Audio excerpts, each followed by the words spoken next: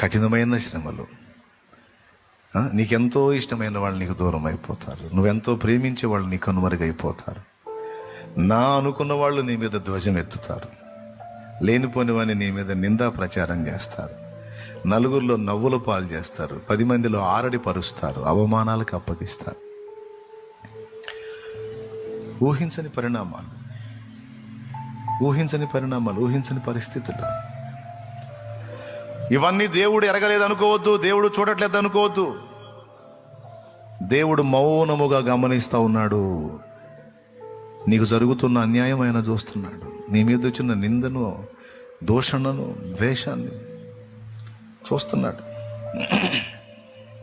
అందులో నీ నిర్దోషత్వాన్ని చూస్తున్నాడు అండ్ నీ నమ్మకత్వాన్ని కూడా చూస్తున్నాడు.